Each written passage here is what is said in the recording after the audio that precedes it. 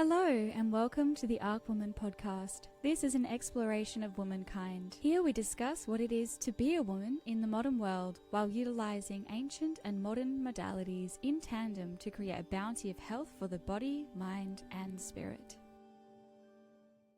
G'day everyone and welcome back to the pod. Before we get into talking all things Berberine, let's pay our respects to the elders past, present and future residing on the lands of Litruwita, Tasmania, where I'm recording this podcast today. Always has, always will be, baby. Before we get into this, I just want to tell you that Berberine is not nature's Ozempic, and by the end of this, you will know a lot more about Berberine than most people who say that phrase. In fact, it acts a little bit more like metformin, which makes it perfect for PMOS, but it's also really great for a lot of different conditions and ailments and situations in the body as well. Before we get started, what is Berberine? So Berberine is not just a singular plant, it's an alkaloid that comes from roots, rhizomes, and even the stems of different plants, multiple in fact, but the key plant sources we usually see are barberry, Chinese gold thread, golden seal, and cork tree. Its color is bright yellow, like bright yellow. And because it's so bright yellow, it actually used to be used as a dye for clothing. This is actually what gives golden seal its signature name. Golden seal is because it's golden in color. It has a long documented history, so it was used in Chinese medicine for over 2,000 years, primarily for gastrointestinal infections, diarrhea, and fever. So you're probably already thinking antimicrobial, and you're correct. It's also really prominent in Ayurvedic medicine, so it's really not a wellness trend at all. It's been used for thousands of years, and in 2006 we saw lots of interesting research, and that's when it kind of started to be picked up by the wellness zeitgeist, and I think it hit its precipice in 2020. 2023, we're now starting to see a slight resurgence because people are starting to understand the research around Berberine a little bit more, but everyone became really obsessed with it in 2020, 2021. In 2006, a study in metabolism by Kong et al. Showed Berberine lowered blood glucose comparably to metformin in type 2 diabetes. That's a really big deal. To find that a natural alkaloid is as effective as a pharmaceutical drug, metformin, which is so effective at lowering blood glucose, that's a really big deal. And that was about 20 years ago now. So let's set the record straight on how it's not really nature's Ozempic. So Berberine is not a GLP-1. If you want to learn more about GLP-1s and how GLP-1s work in the body, what GLP-1s are, how they are naturally occurring, which is why we have receptors for them in the body, but I have a whole podcast on PMOS, previously called PCOS, and GLP-1s, where I talk about how it works. So you don't have to listen to the entire podcast, but you do just listen to that first bit where I talk about GLP-1s and how they work, if you're more interested in that. But when we say that Berberine is nature's Ozempic, I think this comparison is really clinically lazy, and whoever says this, I think it just shows how little they know about how Berberine works in the body and what Ozempic does and the differences between these two. They're both great, but not for the same reason. So just so you know, if you don't want to go and listen to that other podcast, let's just read out what a semaglutide is. So Ozempic is a GLP-1 receptor agonist. Structurally, it's 94% similar to the body's own GLP-1 hormones. So it binds directly to GLP-1 receptors in the gut, pancreas, and hypothalamus, and it slows gastric emptying, so you feel full for longer. It stimulates insulin secretion, which decreases blood glucose because it's opening up more glucose channels in the cells of your body, and your cells are actually using that glucose, which means it's really great for fatigue. If people are suffering from fatigue, suddenly your cells are really, really good at uptaking that glucose. That really is dependent on insulin resistance, but Ozempic's really good for that, or GLP-1s, I should say, are really, really good for that. It suppresses glucagon, and crucially, it directly quiets hunger signals in the brain, which is why GLP-1 receptor agonists like Ozempic and Mounjaro are really, really great for addiction. So people have said that they don't feel like drinking, they don't feel like smoking after this, and that's because of its effects on the brain, which is just fantastic, amazing. It has a really, really long half-life, so days versus the body's natural GLP-1, which lasts seconds to minutes, really. And if you're interested in the science, please go and listen to that other podcast where we talk about the nitty-gritty of that. It comes from a structural modification that can resist a DPP-4 enzyme breakdown and allow albumin binding in the blood, which allows Ozempic to work for longer, or GLP-1s to work for longer. Berberine does literally none of this. It does not work on GLP-1 receptors. It does not work anything like Ozempic or Mounjaro. There is literally no similarity between GLP-1 receptor agonists and Berberine. It does not bind to GLP-1 receptors. It does not slow gastric emptying. It does not suppress appetite centrally in the hypothalamus. It is not even structurally similar to a GLP-1. What is accurate though? Because there is some, I will say, some in italics similarities between these two things, but not many. It does improve blood glucose. It has modest weight effects, which I think is surprising to a lot of people. I think a lot of people will take berberine to lose weight. And when I say weight, I think a lot of people mean fat mass, but it has modest effects on fat mass. But the mechanisms are entirely different and the compounds are not clinically interchangeable. So they work on different elements of your metabolism. And what I said before is that metformin is actually a far better comparison for berberine than Ozempic, because both berberine and metformin activate AMPK, which is the cell's energy master switch. Usually insulin attaches to the cell receptor site, and then that opens up a glucose channel and that lowers blood glucose. If you have insulin resistance, that pathway isn't working. So your other pathway to get glucose into the cell is through AMPK. And so that basically increases glucose transportation and it pushes glucose into the cell. You can usually activate this by exercise, which is pretty amazing. Specifically, weight training is really, really good at it, but any exercise is good. But metformin and berberine also activate AMPK as well. So just through that and a bunch of the ways that metformin and berberine both work, this is a way better comparison. And we're actually seeing more comparisons between berberine and metformin in the research than we see with Ozempic and GLP-1. Let's move on to the research of berberine and what we actually know. So in 2008, Zhang et al. In the Journal of Clinical Endocrinology and Metabolism, they found that berberine, which was supplemented at 500 milligrams 3 times a day versus metformin at 500 milligrams 3 times a day over 13 weeks, both produced approximately 20% reductions in HbA1c, which is a really great indicator of insulin resistance in the body, how insulin is working in the body, and also overall looking at how your metabolism is working and whether it's functioning, whether it's not. And if we have high amounts of HbA1c, that's a no-bueno. If we see a reduction, that means overall our metabolic system is going to improve, and that has cardiometabolic protection as well. So that's pretty amazing. We're seeing there is comparison between these two drugs, one of them a natural alkaloid and one a pharmaceutical drug, metformin. In 2012, Dong et al., in a meta-analysis of 14 randomized control trials, berberine showed comparable efficacy to oral hypoglycemic drugs, including metformin, glipizide, and rosiglitazone for blood glucose control. It consistently lowers fasting blood glucose, post-meal glucose, HbA1c across multiple RCTs. And so when we look at like an honest and reliable research quality note, most of these studies are really short term. So although this is really impressive, most of these studies can only get funding for about 3 to 6 months. So, and I will repeat this throughout and talk about the limitations of those studies because I think it's really important.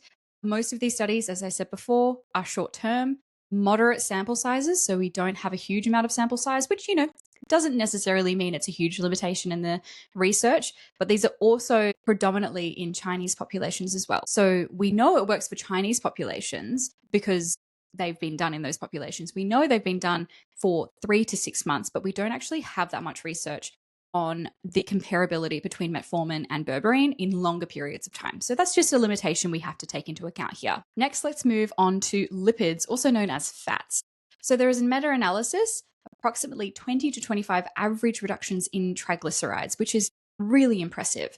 The mechanism here is PCSK9 inhibition. So berberine will inhibit this enzyme, and this enzyme degrades LDL receptors on liver cells, which means that more LDL stays in the system and has less ability to attach to a receptor site, which is a kind of no bueno.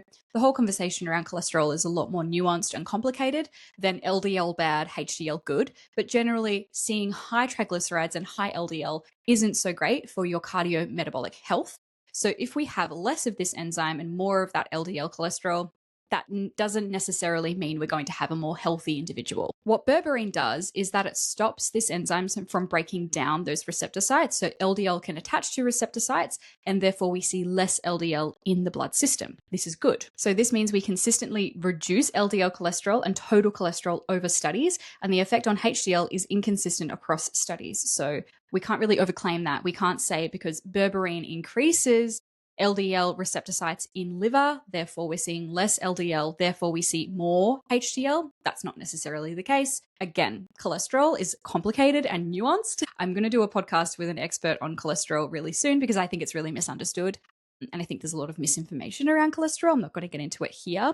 but that's what we know about lipids and LDL specifically and berberine. Let's move on to cardiovascular and inflammation. So we're seeing a modest blood pressure reduction across several studies, and we're generally seeing that berberine has an anti-inflammatory effect on the body too, which is amazing.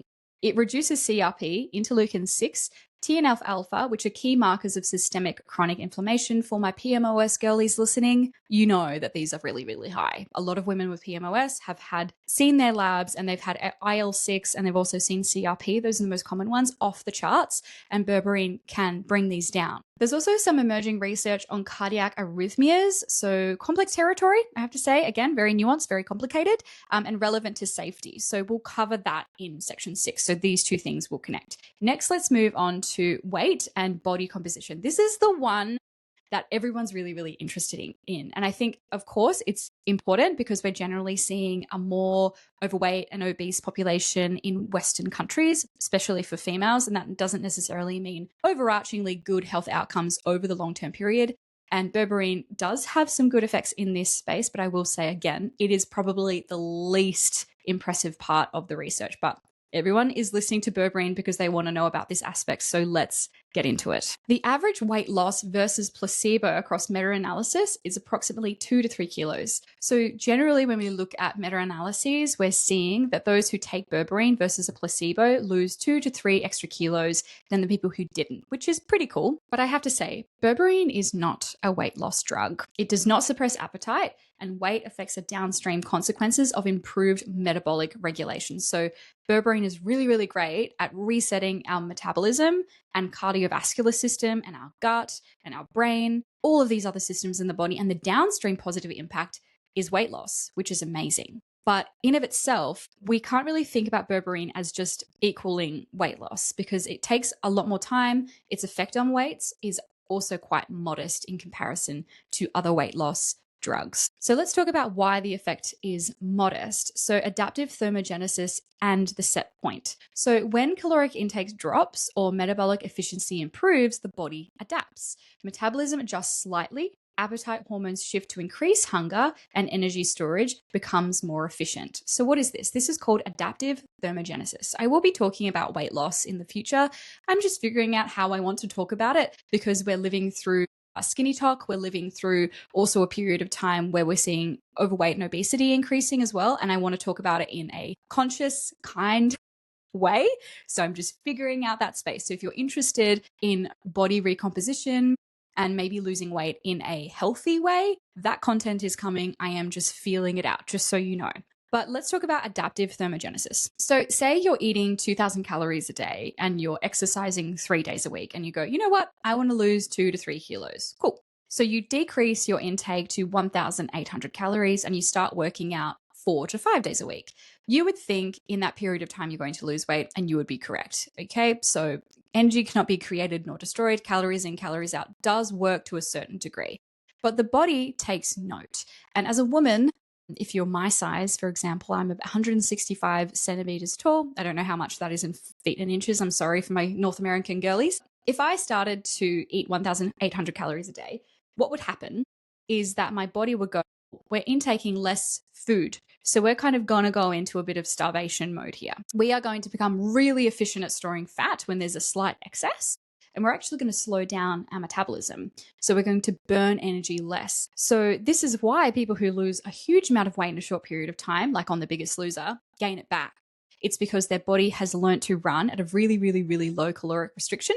And when you go back to eating kind of a normal diet, or you start increasing your calories and your intake after losing your weight, then you can gain that weight back. I think there are some statistics out there that suggest that. I think it's like 70 to 95% of people will regain all of the weight back and might even gain some more back. It's because they haven't reversed dieted. So when you lose weight, you need to kind of, if you're watching this on YouTube, you decrease your caloric restriction really, really low. You get down to the lowest point, and then you slowly increase it. You just can't go back to what you were eating before because adaptive thermogenesis is going to govern that, and you're probably going to gain that weight back, especially if you were eating a really, really low amount of calories in that period of time where you were trying to lose weight and you were dieting. So this is basically your body's set point difference. So it's not a failure. It's not a lack of willpower. It's your biology maintaining equilibrium. And where this comes from is from humans starving. It makes perfect sense. This is a part of our starvation mode that helps humans survive and pass on their genes, okay? So your body is always going to prioritize surviving, and it's going to lock in starvation and go, oh, okay, we're in an environment where that can happen, so it can happen again. So it's going to protect you from it. It's kind of a loving defense mechanism that your body has in place. Berberine works well within this adaptive thermogenesis system, not around it or against it. So it won't trump adaptive thermogenesis. It can work with it. And so again, let's bring in that key distinction between berberine, which works more like metformin, and GLP-1 semaglutides like Ozempic and Mounjaro. So GLP-1's agonists override appetite signaling centrally. So you just don't feel hungry and therefore you don't eat. And when you do eat, it slows down gastric emptying. So you feel very, very full on a smaller amount of food. They directly quiet hunger cues in the hypothalamus. Berberine does not do this. And this is why weight loss magnitude from berberine is really, really, really modest in comparison to GLP-1 medications, which I would say are really hardcore. GLP-1 medications are really, really hardcore. They are being oversubscribed. I'm not going to go into that whole tangent, but this is why comparing berberine again to a GLP-1 is really clinically misleading. It just shows that you haven't really read the research and you don't actually understand the nuances between these two things. Going on from that, body composition improvements with berberine. So reduced waist circumference and visceral fat, which are really clinically meaningful outcomes. I think we need to move away from BMI, I think most people have, and kind of look closer at DEXA and waist circumference, specifically waist circumference and visceral fat, because since visceral fat is more metabolically active and it also drives systemic inflammation. So if you're taking berberine, you've noticed a decrease in visceral fat and your waist circumference, that's a really great thing. We think as fat as just inert, but it's not. It's not inert. If there's too much of it and if there's too much of a certain amount of different fat, adipose tissue, then that can improve or decrease your chances of inflammation in the body. So we'll talk about different fats later in this podcast so you understand how berberine works on each of them, which is really, really fascinating. So how does berberine work? Let's talk about AMPK. I love AMPK. We just spoke about it shortly before, but let's get into it. So AMPK is AMP activated protein kinase, and this is the cell's primary energy sensor and metabolic regulator. So what does AMPK do when it is activated? So when AMPK senses low cellular energy, so low ATP to AMP ratio, it increases glucose uptake into cells. It stimulates fatty acid oxidation. Stimulation of fatty acid oxidation is basically a fancy way of using stored fat, turning it into ATP and using it as an energy source.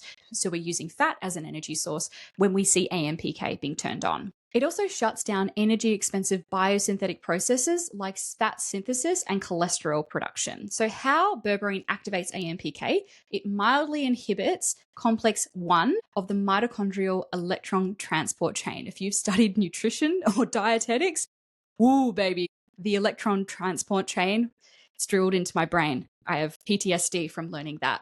Anyway, slightly reduces ATP production and the cell detects low energy and AMPK switches on to restore balance. Again, the best way to do this is exercise, and berberine is also really good at this, and so is metformin. Metformin also activates AMPK via mitochondrial complex 1 inhibition, which is why clinical comparisons between berberine and metformin is clinically valid and unlike Ozempic comparisons, okay? And that's the last thing I'm going to say about Ozempic for the rest of the podcast, I promise. Berberine also works on insulin signaling, which is bloody fantastic for my PMOS girls. So it upregulates GLUT4. GLUT4 is basically this cellular process where we are taking up these transporters to the cell membrane, capturing glucose, bringing it into the cell, taking it to the mitochondria so we can use glucose as an energy source. The impressive thing about berberine in this case is that it can improve glucose uptake even in cells that are insulin resistant. It activates downstream parts of glucose uptake pathways that bypass the step broken by insulin resistance. So again, remember insulin resistance, it does use GLUT4 to get glucose into the cell, but it's a different intracellular process. So insulin attaches to a receptor site and there is a cell process that turns on GLUT4 and gets GLUT4 to go up to the cell membrane and capture glucose and bring it into the cell. If you have insulin resistance, the receptor is going to be resistant to capturing, listening to, and even responding to insulin, therefore insulin resistance. AMPK is the backdoor way, okay? It's almost like insulin resistance is the way that glucose gets into the club, i.e. the cell, through the bouncer. The bouncer is the receptor, and the receptor is like, oh no, we're full. We don't want any more glucose in here, even though the cell is starving. And she's like, hey, we need glucose. So it's almost like when you move or when you take berberine, it's like exercise. If you could personify exercise, metformin, or berberine, it's people who kind of cut into the line and say, hey, there's a back door. Let's get into the back door, right? And so that's AMPK turning on GLUT4, capturing the glucose, bringing it into the cell. You get it? You get it. And so that's why when people say berberine can improve glucose uptake even in cells that are insulin resistant, it's because it's taking the backdoor way. It's taking AMPK instead of insulin, okay? There's also the IRS1, P13K, and AKT pathway. So berberine activates key downstream signaling steps in the insulin cascade, making cells more sensitive and responsive to whatever insulin is present. So insulin can also work on the cell and make the bouncer listen to the insulin at the cell receptor site by way of making that intracellular process that turns on GLUT4 more sensitive, which is huge. That's a really, really positive impact that berberine has, especially for people who have insulin resistance. It also reduces hepatic glucose output. So it suppresses gluconeogenesis, making new glucose, and glyconeogenesis, which is releasing stored glucose in the liver. Your liver, I don't think a lot of people understand. Your liver is one of the most important blood glucose regulating machines we have in the body. And it does this via gluconeogenesis and glyconeogenesis. And so that's basically dumping glucose into the blood system. When we see blood glucose in the blood system, we see more insulin. So when berberine comes along, it reduces hepatic glucose output, and this directly reduces fasting glucose since the liver is now not a major source of glucose in the blood system. Berberine also works on DPP4 inhibition. So you heard of DPP4 at the start of this podcast. And so that is an enzyme that breaks down GLP-1s. So that's kind of how Ozempic, Mounjaro, and these modern GLP-1 receptor agonists work, is that they are really resistant to being broken down by enzymes, which means they can stay in the body for days to weeks versus seconds to minutes, which is how our naturally occurring GLP-1s work. Berberine moderately,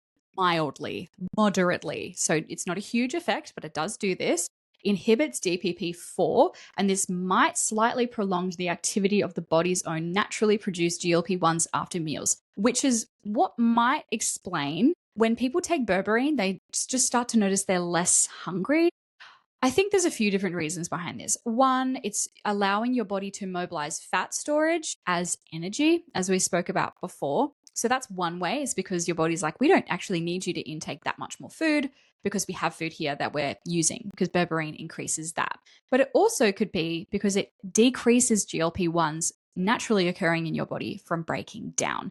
Is this an argument for someone listening who's taking Ozempic or Mounjaro to take berberine? Absolutely not. You need to talk to your doctor about that. I mean, theoretically it might work, but I'm not advising on that at all. Please, I'm going to be very, very clear on that. But I think that's just one way we could think about it. That's like the one similarity. There's one singular similarity really that we see between these two compounds. You might be thinking, wow, berberine is really, really incredible. It must be absorbed quite readily into our blood circulation. Incorrect. So berberine's oral bioavailability into systemic circulation is only 3 to 5%. Okay, so how can it have all of these amazing systemic impacts on the body if there's only a small amount orally getting into the blood circulation? I say that low systemic absorption might actually be the point here. So higher concentrations in the gut lumen mean berberine acts directly on gut bacteria. It stimulates gut hormone secretion, including GLP-1s from intestinal L cells, and modulates intestinal glucose absorption before it ever needs to reach the bloodstream. Berberine might be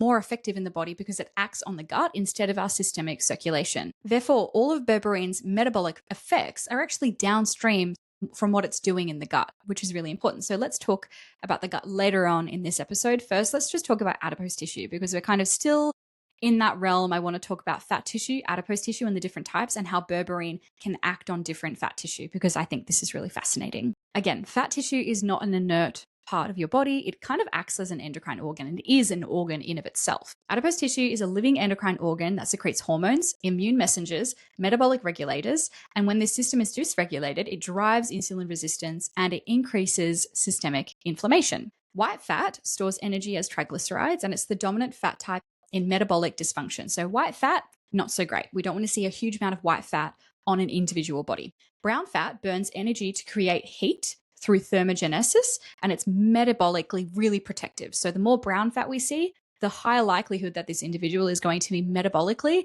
and cardiovascularly a lot healthier. Beige fat is white cells that begin to behave like brown fat, and they can be induced by exercise, cold exposure, and metabolic interventions, including AMPK activation. Berberine increases something called anipodectin. It's really interesting. I'm always reading these terms and then I have to read it aloud, and I've never heard anyone say these words before. So bear with me. So anipodectin is a hormone secreted by fat cells that improve insulin sensitivity and reduces inflammation, and it's consistently low in metabolic syndrome and PMOS. Berberine increases it, which is amazing. Berberine also reduces resistin. So resistin is a pro-inflammatory adipokine that promotes insulin resistance, and berberine also reduces this, which is good. Berberine also promotes fat browning via AMPK activation. Berberine promotes beige and brown fat actively. It increases thermogenic capacities, so it kind of turns this inert white fat that's highly associated with inflammation into something that's more biologically active and starts to activate it via AMPK signaling. This is the most likely contributor to the modest body composition improvements seen in trials, independent of glucose regulation. The last part of berberine and its connection to our cardiometabolic system and our hunger system is its impacts on leptin. So leptin, if you didn't know, is a hormone that is released from our stomach when we are full. So it signals to us that we are full and we don't want to eat anymore. But when we see metabolic dysfunction, we generally see the brain stops hearing the leptin signal, even when fat stores are sufficient. Leptin is produced by fat cells to tell the brain that energy reserves are adequate. It's also released from our stomach when we are full. And in leptin resistance, this communication breaks down. Fullness signals are missed and appetite remains elevated. So you could sit down, have a full meal, and you still feel hungry. So berberine impacts leptin a lot. So there's a lot of evidence that shows improving leptin sensitivity, likely via AMPK activation and reduction of hypothalamic inflammation, restoring the brain's ability to receive satiety signals. So again, does berberine make us feel fuller? Yes, it does, by way of leptin, but it doesn't in the same way that Ozempic or Mounjaro or any other GLP-1 does. It's really distinct from just straightforward appetite suppression. GLP-1s will shut down your body's ability to feel hungry, whereas berberine sensitizes your brain to leptin again by AMPK and decreasing inflammation in the brain. Let's talk about berberine and the gut. This is the most interesting part of berberine, I would say. Everyone's obsessed with berberine and weight loss.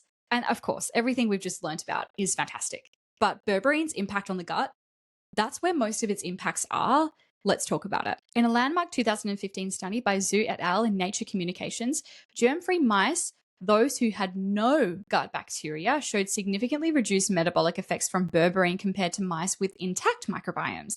This is a compelling evidence that the microbiome mediates a substantial portion of berberine's action. So the translation of this is berberine plus a healthy, diverse gut bacteria equals synergy. Berberine in a depleted or dysbiotic gut equals diminished metabolic returns. So you need somewhat of a healthy gut for berberine to actually work really effectively. So what does berberine actually do to gut bacteria? So it increases Akkermansia, which is a species that lives in the gut mucus layer, and it supports gut barrier integrity, reduces intestinal hyperpermeability, so reduces the risk of leaky gut, and it is associated with metabolic health. So it's constantly depleted in metabolic syndrome, obesity, and type 2 diabetes. And we're also seeing women with PMOS tend to also have lower diversity of this specific microbe in their gut too. And when we supplement it in, we see benefit. Berberine also increases short-chain fatty acid producing bacteria. So short-chain fatty acids, butyrate, acetate, propionate, there's so many different positive ones, but those are the three that really stand out in the research with PCOS. Those are the ones that really stand out in research with berberine. The gut's bacteria most important output for human health is short-chain fatty acids. Let's talk about butyrate. So primary fuel for colonocytes. So your colonocytes are your colon lining cells. They need butyrate in order to function. It's like their ATP. It strengthens tight junctions between cells, so that reduces leaky gut. It regulates mucosal immune function, and it enters circulation to have anti-inflammatory effects. So butyrate, pretty amazing little molecule. Propionate travels to the liver and modulates gluconeogenesis, which is directly relevant to fasting blood glucose and blood glucose regulation via the liver. and acetate, systemic energy substrate, and it's also involved in appetite regulation via the hypothalamus. Berberine is also really great at modulating bile acid metabolizing bacteria. So berberine affects the bile acid pool via these bacteria, which then signals through FXR and TGR5 receptors, and these receptors regulate downstream glucose metabolism and lipid handling. Microbial activity as well. So it's active against H. pylori. So H. pylori is bacteria that drills into your small intestine and your stomach, and it takes a lot of iron. Not so great. Pathogenic E. coli strains and staph infections. And this is a broad antimicrobial action, which is why cycling really matters. So you can't just take berberine indefinitely. You have to cycle on and off because it is an antimicrobial, even though it's great and it works again against H. pylori, staph, and it can work against candida as well. You can't just stay on it all the time because it will decrease your diversity. But first, let's talk about the short-chain fatty acid cascade and why this matters systematically. Berberine increases short-chain fatty acid producing bacteria, which means we have more short-chain fatty acids, which means we have a stronger gut barrier, we have reduced systemic inflammation, we have improved hepatic glucose regulation, and we have better metabolic signaling in the brain. This cascade is why berberine's metabolic effects are more broad than its direct molecular mechanisms would suggest. The microbiome is really doing the biggest portion of work on the rest of the body. It's berberine working on the gut and all of the effects on the gut on the rest of the body. What did Hippocrates say years and years ago? The health resides in the gut and berberine works on the gut, and that's why it's so effective. As I said before, we have to cycle on and off of berberine because there is a risk of it decreasing microbial diversity. And it's also not recommended to take berberine alongside probiotics because it is an antimicrobial. It's almost like taking an antibiotic alongside your probiotic. So if you are wanting to increase your diversity and take berberine at the same time, it's really important to probably take berberine away from your fermented foods and from your probiotics. So if you're having sauerkraut with your lunch, you might not want to have berberine with your lunch. If you're having it with your probiotic in the morning, that might not be good. But of course, clinical guidance is always recommended. Not all microbes are the same. Not all microbes are going to be negatively impacted by berberine. So this is something that you'll need to talk to your practitioner about. And also alongside this, most of the research we have on berberine and its effects on the gut are 3 months long in human beings, again, because studies are really expensive to run. So there's lots of limitations in what we can say. We don't know what the long-term impacts on berberine on the human gut are. We can assume from the limited research we have from 3 months that it's going to be positive, but we don't know really. We don't have that research, so we can't be certain. Let's talk about berberine and candida. I have a square or like a carousel on most of my social media that went kind of viral with berberine and candida because berberine is candida's final boss. I will say that it's probably one of the most important things that you could be taking or integrating if you have frequent candida problems in your body. Candida is a commensal yeast kept in check by a healthy gut microbiome and immune function. When your balance shifts, so if you take an antibiotic, if you have high estrogen, if you have poor blood sugar control or microbiome disruption, candida can overgrow. It's opportunistic at best. High glucose also feeds candida, so insulin resistance and elevated blood glucose create a richer glucose environment in the gut, which is why women with PMOS and generally blood glucose problems and blood regulation problems tend to have candida problems. So they might have lots of yeast on their scalp, they might have lots of white on their tongue, they might have frequent yeast infections, they might be really sensitive to yeasty foods, they might get bloated and have brain fog. I mean, candida's impacts on the body are quite synergistic because it is everywhere in the body. I'm sure it has some benefit, which is why it's there, but it might not. But this is why berberine is really good at it. So berberine directly acts on candida. It disrupts its biofilm. So candida doesn't just have its cellular form, it will actually team up with other candida in its hyphal forms. I have a whole book on candida if you're looking into this, but it has almost like a fort. It creates a fort around itself and it protects itself and it can hide out there when you take an antifungal if you're taking something. But berberine actually acts on the biofilm and it attacks the biofilm. So then your immune system can actually access the candida and clean it up. So that's one of the ways that it impacts candida. It can also inhibit inhibit hyphal morphogenesis. So candida will move from its cellular form into a hyphal form. And when it's in its hyphal form, it moves around the body and it can create structures.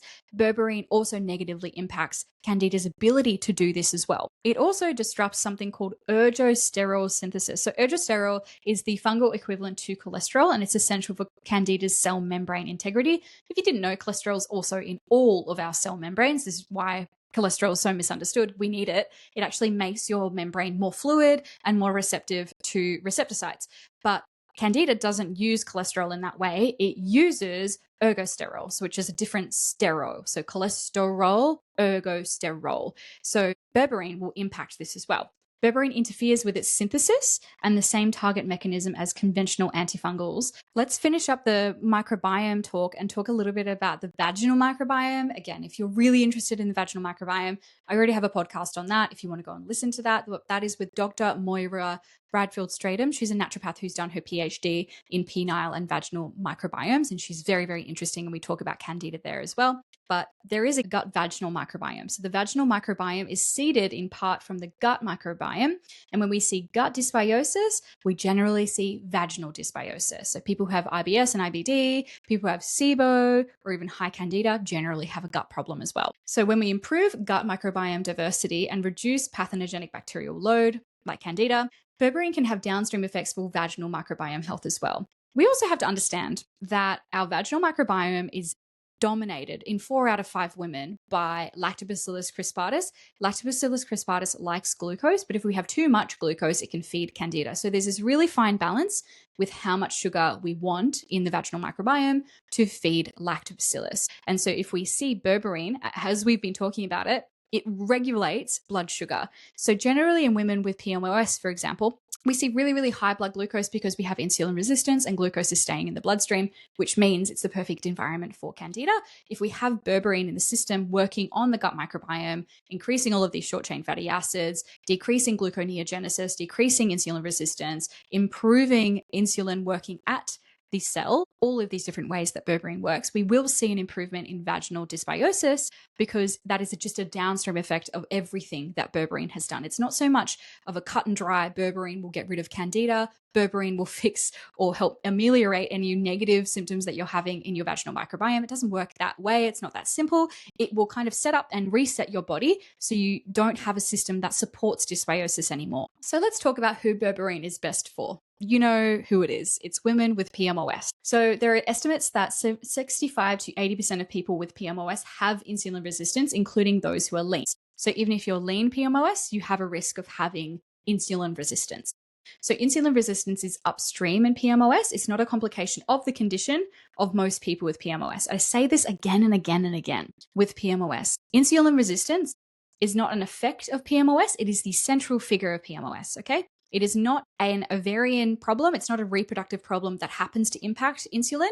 It's an insulin cardiometabolic problem that affects your reproductive tract, okay? So that's how it's working, and that's why berberine is really effective for PMOS, because the central figure that causes all the problems in PMOS is insulin dysregulation and resistance. Elevated insulin stimulates ovarian Theta cells to produce excess testosterone, which is that hyperandrogenism, which can give you hirsutism. It can also increase the LH to FSH ratio, driving LH relatively higher, which further stimulates androgen production and inhibits follicle maturation. So we have anovulation and we have more of those possible cysts. They're not really cysts, they're undeveloped unovulated follicles in your ovary. Insulin resistance also impairs progesterone production in the luteal phase because we're not ovulating, therefore we're not making a corpus luteum, therefore we're not producing progesterone. It also drives chronic low-grade inflammation that characterizes PMOS phenotypes. Berberine targets insulin resistance upstream, meaning it addresses the root driver, not just downstream symptoms, which is why evidence base for berberine and PMOS is really, really clinically meaningful. And whoever you're talking to, whoever's in your team of practitioners at the moment, if you have PMOS or you're suspecting it, I think berberine should be a conversation that you have with your practitioner and just see how it fits into your protocol. When we look at berberine in specific PMOS research and outcomes, there are a few things that we want to talk about. So androgen reduction. We see a reduction in free testosterone, a DHEAS. The mechanism that improves insulin sensitivity is also going to reduce the insulin signal that drives ovarian and androgen production. We're also seeing an improvement in menstrual regularity. So multiple studies show improvements in cycle frequency and regularity. We see an improvement in LH to FSH ratio, which means we have better HPO signaling, which means we are actually ovulating. We're seeing improvements in AMH, so some evidence of a reduction in elevated AMH, which is quite classical in PMOS. Again, ovulation rates are improving, so improved ovulation noted in some studies directly relevant to those trying to conceive. In PMOS and berberine, we're also seeing waist circumference and visceral fat reductions across multiple studies. This is really clinically significant because visceral fat is metabolically active. It produces pro-inflammatory cytokines and it worsens insulin resistance in a self-reinforcing cycle. So that's really great. We're also seeing adipoctin, so increased by berberine, and this is really low in PMOS, and its restoration will improve insulin sensitivity and it reduces ovarian inflammation as well. So that's everything we know about PCOS, PMOS, whatever you want to say, and berberine. That's what the research we have. Again, these studies, not really large, not really long, and the generalizability of these studies are questionable. And, some of them are better than others. It's a pool of different studies that we're seeing, but it's looking fairly good for the application of PMOS and berberine. What about if you have lean PMOS? What's the deal with that? I think a lot of people think, oh, well, I'm lean and I have PMOS, but berberine helps you lose weight. I don't need any weight lost. So what do I do? Again, berberine's effect on weight loss and body composition is moderate in comparison to GLP-1s. So there is still an argument for the application of berberine for women who have lean PMOS. So lean individuals with PMOS can absolutely have insulin resistance. It may present differently. So you could have disproportionate central or visceral fat relative to total body weight. A normal fasting glucose that is impaired post-meal glucose clearance is visible on an OGGT or continuous glucose monitor. So basically in English, what does that say? It doesn't really matter. If you have lean PMOS, you still could have a risk of insulin resistance. Therefore, you could definitely benefit from berberine. One thing I want to say in this podcast, I think there is this nature is better fallacy that's really popular online at the moment. And I think this has just been going on for quite a long time in more wellness circles. And it's this understanding that because it's natural, it's better than everything that's pharmaceutical and therefore it's also safe. That's not the truth. Berberine has risks and we're going to be clearly talking about them now. So if you're on any prescription medication, speak to your doctor or pharmacist before taking berberine. Please talk to your health practitioner and find a plan if you want to use berberine. This is non-negotiable. If you are taking any medication, please make sure that you talk to them about berberine because it's not inert. It has very clear-cut effects on the body that could have negative outcomes for you and your health. Let's talk about pregnancy and breastfeeding. So this is a really firm contradiction. You cannot take berberine when you are breastfeeding and when you are pregnant. Okay? I think a lot of pregnant and breastfeeding women are like, add it to the list, So berberine crosses the placenta. In vitro and animal data, uteronic effects, so it stimulates uterine contractions. So there's a risk of miscarriage or preterm labor if you take it during pregnancy. Case reports of neonatal jaundice. So berberine displaces bilirubin from albumin binding and increases free bilirubin in newborns, which can cause jaundice and neurological risks. So that's its impacts on your liver. It's also contraindicated for breastfeeding because berberine has been found in breast milk. So we don't really know how that could affect the baby necessarily. Could be positive, could be negative, but we just don't have any research on that. So it's totally contraindicated. So don't take berberine if you're pregnant, trying to conceive or breastfeeding without explicit guidance from your treating physician. If you're listening to this and you're like, I just did a pregnancy test this morning and found out I'm pregnant. What do I do? You just stop taking berberine, okay? And just tell your physician about it and keep an eye on it. Secondly is your blood glucose lowering medications like metformin. So additive glucose lowering effects could bring you at a higher risk of hypoglycemia, which is really low blood sugar, which means that you have a higher rate of being fatigued, fainting, all of these things.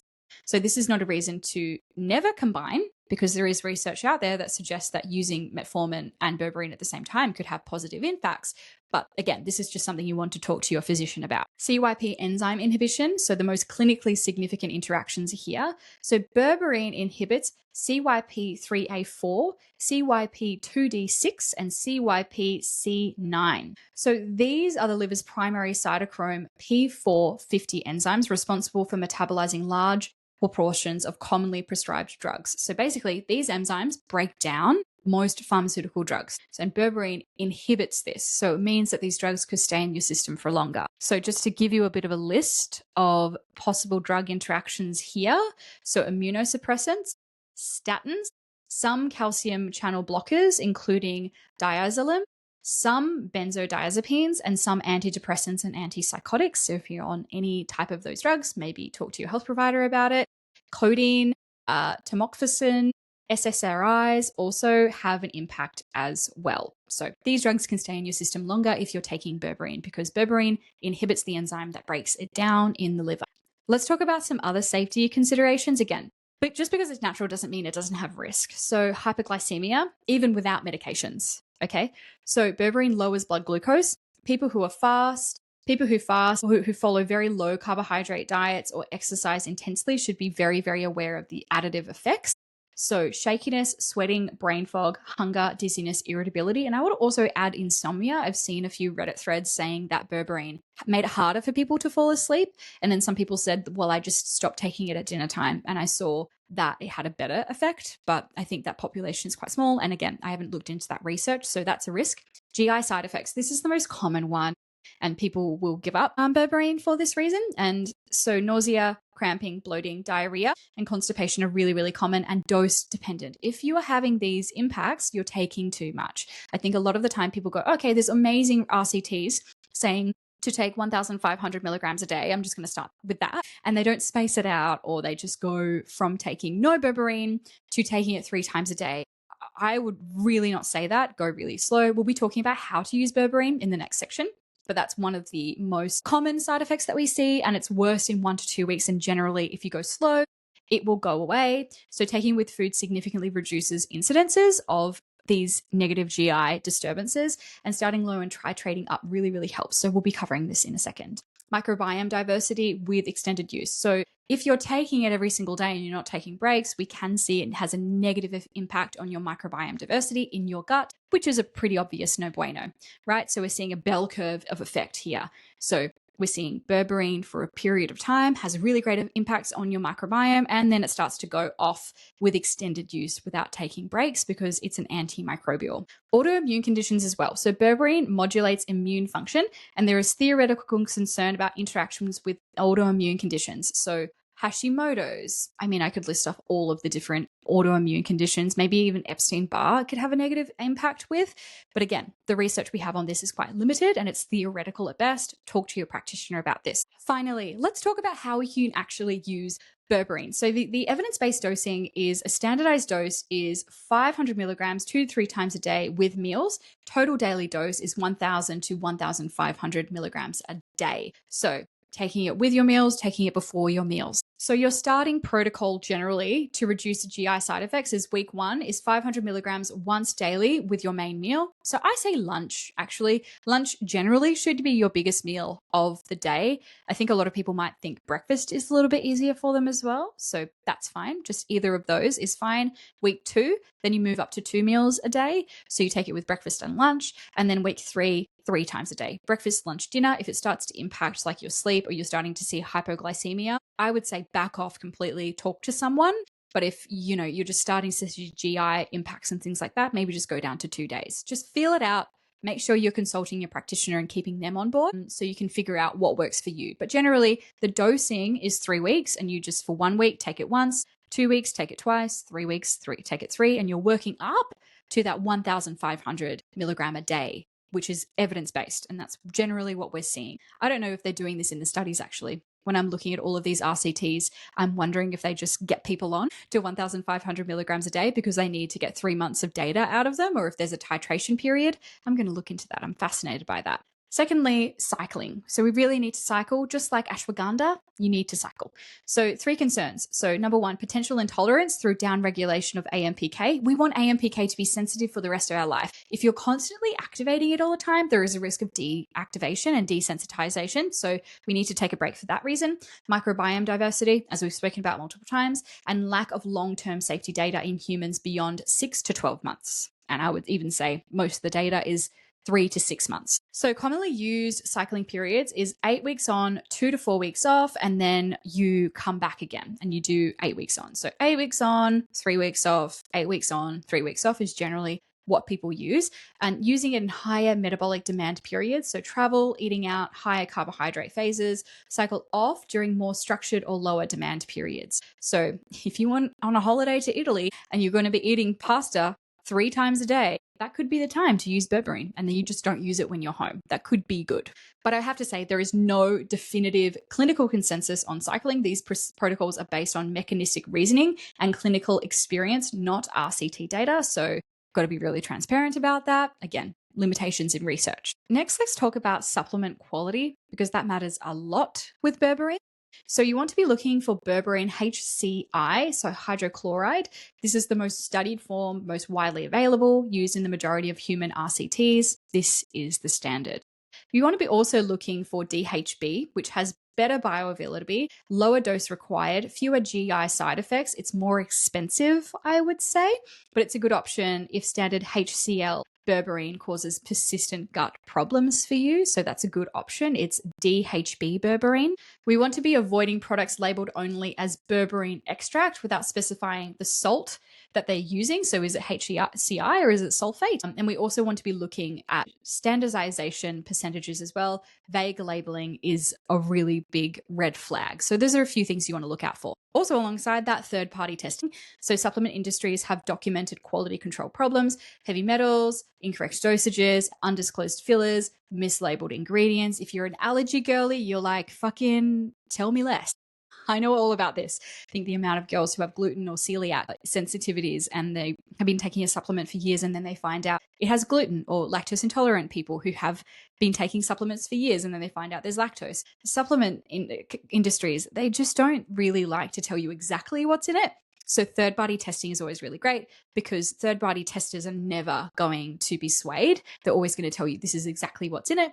And your supplement company should always be able to provide third-party testing. Brand recommendations. So this is Australia accessible and quality verified. So Thorne, I know a lot of people like to talk shit about Thorne, but I don't know why. I think they're great. Consistently one of the best regarded brands for manufacturing quality and purity testing. Their Berberine 500 is widely used in clinical context and it's accessible. Pure encapsulations. It's clean, hypoallergenic if you're an allergy girly, and they have minimal fillers. They're third-party testing. They're a great option.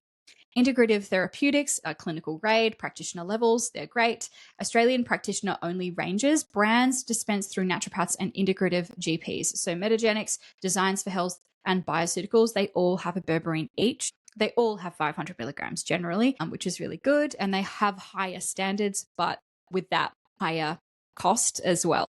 So I think one of the benefits of Metagenics and Bioceuticals now is I don't think they're naturopathic only. So you can buy them in health stores and naturopath stores without having to get a script for them anymore, which I think is really, really good. Price here is a quality signal. With most supplements it is. So expect to pay approximately $40 to $70 AUD, which is pretty good, I would say. Berberine, most supplements are not really, really affordable, but I mean, its impacts are really, really great. Thank you so much for listening. I hope you enjoyed this berberine deep dive that we did and you feel a lot more confident in knowing how berberine works in the body, how it impacts the gut, and how that's pretty much its central impact on the body, and how everything else is a really positive outflow from that. If you're interested in the referencing and all of the research that went into this podcast, it's all going to be alongside an article that's posted in my Substack or Patreon. So head over there if you're wanting to read more about berberine and if you're more of a reader than you are a listener.